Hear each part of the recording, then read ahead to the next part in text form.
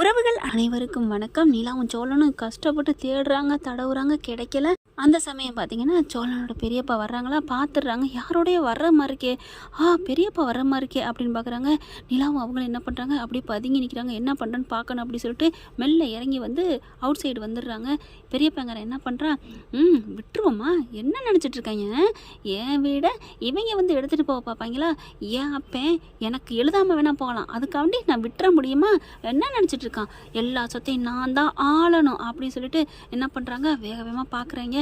அண்ணே இப்போ என்னென்ன பண்ணுறது, பூட்டை உடச்சா ஏதாவது ஆயிருமே, சீல் வச்சதை எடுக்கக்கூடாதே, அதெல்லாம் பார்க்கலாம் வாயா அப்படி சொல்லிட்டு மெல்ல மெல்ல அப்படியே மெல்ல பிக்கிறாங்க. அண்ணே தெரியாமண்ணே, பார்த்துக்கலாம் அப்படின்னு மெல்ல பிக்கிறாங்க. அதுக்கப்புறம் பூட்டை டக்குன்னு என்னென்னமோ சாவியை போட்டு திறந்துடுறாங்க. அண்ணே சரியான கில்லாடினே, நீ நிறையா போட்டு உடச்சிருப்ப போல இருக்கே, வாயை மூடுறா அப்படி சொல்லிட்டு ஐயோ இவங்க பேசிக்கிட்டு இருக்கல. சோழன் பார்த்துட்டு என்னங்க நிலா இப்படி பண்ணுறேன், என் பெரியப்பனா இல்லை பெரிய கேடியப்பனா அப்படின்னு பார்க்க, இருங்க இதை அப்படியே வீடியோ எடுத்துக்குவோம் அப்படின்னு டக்குன்னு வீடியோ எடுக்கிறாங்க நிலா. உடனே சோழன் ஐயோ அறிவுங்க நீங்கள் அப்படிங்கிறாங்க. அப்படித்தான், நாங்களும் அறிவு தான். ஆமாம்மா நீங்கள் அறிவாளி தான், இல்லைன்னா என்ன தேர்ந்தெடுத்திருப்பீங்களா என்ன, அந்த விஷயத்தில் தான் அறிவாளியாக இருந்தவ கோட்டை விட்டுறேன்.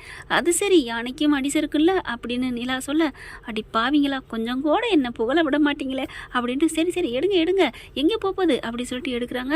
அதுக்கப்புறம் என்ன பண்ணுறாங்கன்னு பார்த்தா கதவை உடச்சிட்டு உள்ளுக்க போகிறாங்க. போயிட்டு அண்ணே தப்பு இல்லட்டே, அதுக்குள்ள அதெல்லாம் ஒட்டிடலாம் வாடா அப்படின்ட்டு வேகமாக வர்றாங்க.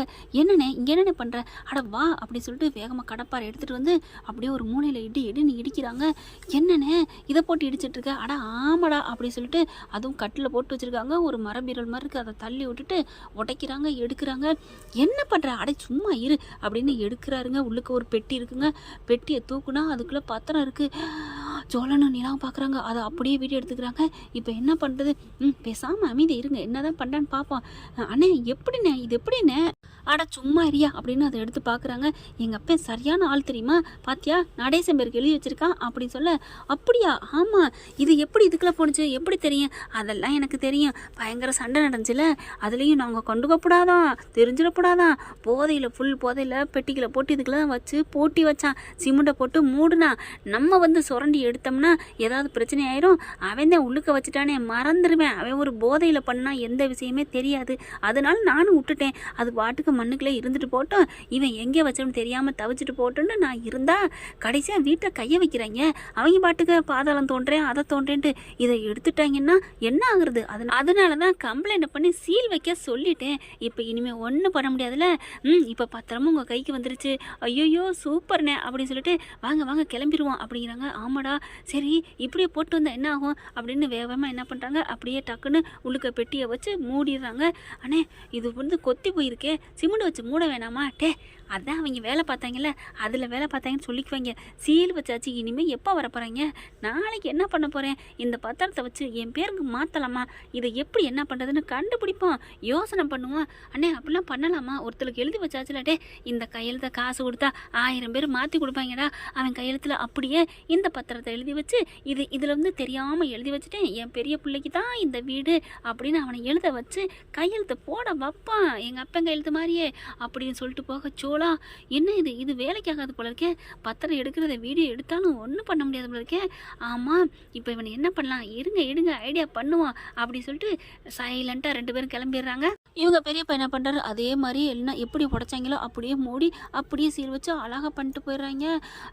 யாரு நான் எப்படி சமூகமாக கொக்கா அப்படின்ட்டு போக, அப்பா பெரிய ஆள் தானே நீங்கள் அப்படின்ட்டு கிளம்புறாங்க. மறுநாள் அந்த வீடியோ எடுத்ததை வக்கீல்கிட்ட போய் நீலாவும் சோழனும் காமிக்கிறாங்க.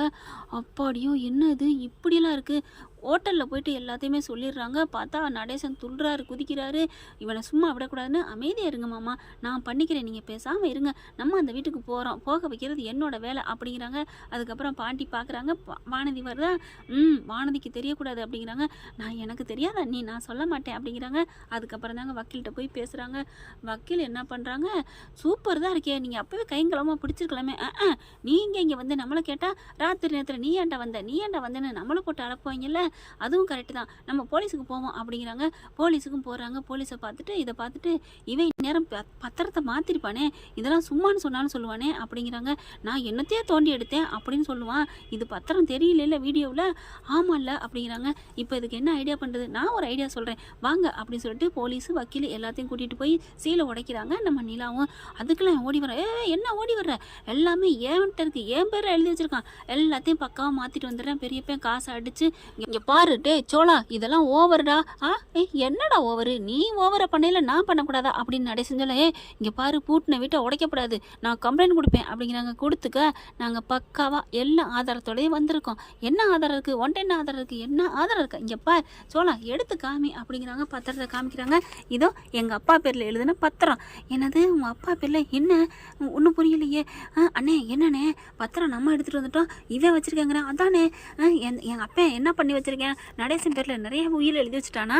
ஒன்றும் புரியலையே அப்படிங்கல வக்கீலும் போலீஸும். ஆமாப்பா, அந்த பத்திரத்தை காமிச்சு எல்லாமே எங்கள் அப்பா பேருக்கு தான் எழுதியிருக்குன்னு சொல்லிட்டாங்க, நாங்கள் என்ன பண்ண முடியும், அதான் கோர்ட்டில் முறைப்படி ஆர்டர் வாங்கிட்டு வந்தாச்சு, உடைக்கிறோம். அதெல்லாம் இல்லை அதெல்லாம் இல்லை இவங்க சும்மா சொல்கிறாங்க, இவங்ககிட்ட அந்த பத்திரம் இல்லை அப்படிங்கிறாங்க. என்ன பத்திரம் இல்லை, யார்கிட்ட இல்லை, இங்கே பார் இன்னொரு இல்லை சோளா, நீ அந்த லெட்டரை எடுத்து படி அப்படிங்கிறாங்க. அந்த லெட்டரை எடுத்து படிக்கிறாங்க.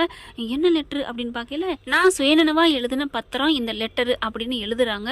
என்னன்னு பார்த்தா இந்த வீடு, என்னோட சொத்து பத்து நிலங்கள், அந்த ஊரில் கிடக்கிற நிலம் எல்லாமே என்னோட பையன் சோழனுக்கு தான் நான் எழுதி வைக்கிறேன் அப்படின்னு எழுதி வச்சிடுறாருங்க. இது அவராக பார்த்து ஏதாவது கொடுக்குறாருந்தா கொடுக்கலாம், என்னோட பையன் நடேசன் தான் எல்லாமே எனக்கு பண்ணுது அப்படின்னு எழுதி வச்சிருக்காங்க. எழுதின மாதிரி இங்கே சோழன்னு படிக்கிறாரு. ஐயோ எல்லா சொத்தும் போயிரும் போலக்கே, இப்போ என்ன பண்ணுவேன், டேய் என்னடா ரொம்ப பண்ணுறீங்க? ஆமாம், இங்கே பார்த்தீங்களா பத்திரம் இருக்குது, அவர் எழுதின உயிர் லெட்டர் இருக்குது, இனிமேல் என்ன பண்ண முடியும் அப்படின்னு கேட்க, அதெல்லாம் இல்லை போய் சொல்கிறாங்க, அவர் எழுதின பத்திரம் எங்ககிட்ட இருக்குது, இங்கே பாருங்க அப்படிங்கிறாங்க. காமிச்சா பார்க்குறாங்களா, ஓ இதுதான் ஒரிஜினல் பத்திரமா, அப்போ சார் போலீஸ் சார் இதுவுமே நல்லதானே, இதான் ஒரிஜினல் அப்படின்னு படக்குன்னு பிடுங்கி கொடுக்குறாங்க. ஐயோ ஏன்னே இதை எடுத்து காமிச்சா? இல்லைம்மா அது என்கிட்ட இருக்குன்னு சொன்னேன், அது ஓம் பேரே எழுதி வச்சுருக்காங்க, அதுவும் அவன் அப்பன் பேர்லான்னு எழுதியிருக்கு, நீனே கொண்டாந்து கொடுத்துட்டப்போ ஒன்றும் இல்லை அப்படிங்கல. ஐயோ நம்மளே எல்லாம் பண்ணிட்டோமா? பார்க்குறாங்க, வக்கீலை வச்சு பார்க்குறாங்க, போலீஸை பார்த்துட்டு, ஆமையா நீயே கொடுத்துட்ட, இல்லை நடேசன் பேர்லான்னு எல்லாம் இருக்குது அப்படிங்கிறாங்க. இருக்குது, நடேசன் பேரில் இந்த வீடு மட்டும்தான் இருக்குது, அந்த நிலம் சொத்து பத்தெல்லாம் எங்கள் பேரில் எழுதி கொடுத்துருக்காங்க, பாருங்க அப்படின்னு பத்திரத்தை காமிக்கிறாங்க. போதுமா, இப்போ அவங்களே ஒத்துக்கிட்டாங்களா அப்படின்னு நிலாவும் சோழன் சொல்ல, ஐயோ என்னம்மா இப்படி பண்ணிட்டாங்க? ஆமாம், இனி ஒன்றும் பண்ண முடியாது, இந்த வீடு இவங்களுக்கு தான், உங்களுக்கு இல்லை. யாரை பார்த்து என்ன நினச்சிட்ருக்கீங்க, நைட்டோட நைட்டை வந்து திருட பார்க்குறீங்களா அப்படின்னு சொல்லிட்டு அந்த வீடியோவையும் காமிக்கிறாங்க. அட பாவிங்களா, நீங்கள் எங்களுக்கு முன்னாடி வந்து திருடிட்டீங்களாடா அப்படின்னு சொல்ல, ஆமாம் உங்களுக்கு இம்புட்டு மூளை இருந்தால் இந்த காலம் இளைய தலைமுறை எங்களுக்கு எம்புட்டு இருக்கும் அப்படிங்கிற நிலா பார்க்குறாங்க. என்கிட்ட ஒன்றும் நீங்கள் தப்ப முடியாது, ஓடவும் முடியாது, ஒளிய முடியாது, பாவி எந்த ஊர்லேருந்து வந்தான்னு தெரியலையே போச்சே அப்படின்னு அடிச்சுக்கிறாரு. அதுக்கப்புறம் எல்லாம் போச்சே, சரி பரவாயில்லம்மா, அந்த நிலம் போல எல்லாத்தையுமே எழுதி வச்சிருக்காரு அப்படிங்கல சோழன் என்ன பண்ணுறாங்க, அவங்க 2 பேரும் போகிறாங்க, கார்த்தி அம்மாவும் மாமாவும். பெரியப்பா அத்தை என்ன போகிறீங்க, அந்த சொத்து பத்து அதையும் எங்கள் பேருக்கு, டேய் போடா அதெல்லாம் முடியாது, நீ வேணா இந்த வீட்டை எடுத்துக்கோ அப்படின்ட்டு போகிறாங்க. எங்களுக்கு இதுக்கு எந்த சம்மந்தம் இல்லை, இது எல்லாமே நடேசனுக்கே அவங்க அப்பா எழுதி வச்சதா இருக்கட்டும், ஆனால் அந்த நிலம் போல நகையெல்லாம் எங்களுக்கு கொடுத்தது தான் அப்படின்னு எழுதி கொடுத்துட்டு போயிடுறாங்க மனசார. அதாவது ஓப்பன் லெட்டரில் பத்திரத்துலையும் எழுதி கையெழுத்து போட்டு கொடுக்குறாங்க. அந்த பயம் இருக்கணும் அப்படின்னு சொல்லிட்டு கதவை ஓப்பன் பண்ணுறாங்க. எல்லாரும் சந்தோஷமாக ஹாப்பியாக உள்ளுக்க போகிறாங்க. அண்ணி அப்படின்னு சொல்லிட்டு அப்படியே கிட்டக்க வராரு பல்லவன், கை கொடுறா அப்படின்னு கை கொடுக்குறாங்க. சோழனால சந்தோஷம் தாங்கலை, அப்படியே நிற்கிறாரு. நிலா பார்த்துட்டு, என்ன நிலா நீங்கள் மட்டும் இல்லைன்னா இப்போ என்ன ஆயிருக்கும், அதனால் ஒன்றும் இல்லை அப்படிங்கிற ஆலேக்கா தூக்கிடுறாரு. அண்ணே என்ன டே போடா, என் பொண்டாட்டி எவ்வளோ பெரிய காரியம் சாதிச்சிருக்கா, நான் சும்மாவா விடுவேன் அப்படின்னு தூக்க கரெக்டாக வானதி வருது. என்ன பாண்டே, என்ன மறுபடியும் என்ன உச்சந்தில் தூக்கி வச்சுட்டு ஆடுறீங்க? ஏய் வானதி, உனக்குலாம் அறிவே இல்லையா, என்னடி பேசுகிற? இல்லை என்னமோ ரொம்ப ஓவராக குதிக்கிறீங்களே, என்ன இந்த வீட்டுக்கு வந்துட்டீங்களா, எல்லாம் உங்களுக்கு கிடச்சிருச்சா, அதான் உனக்கு மெசேஜ் போட்டேன்ல, மொட்டையாக போட்ட வீட்டுக்கு போகிறேன்னு அப்படி தானே போட்டேன், என்ன எதுன்னு சொல்ல வேண்டாமா? என்ன எதுனா எங்கள் அண்ணினால தான் இந்த வீட்டுக்குள்ள வந்திருக்கோம், போதுமா? ஓ உங்கள் நொண்ணினால வந்திருக்கீங்க, இப்போ சும்மாவே அவள் ஆடுவா, இனி சடங்கை கட்டி விட்டீங்க, பிடிக்க முடியாதே.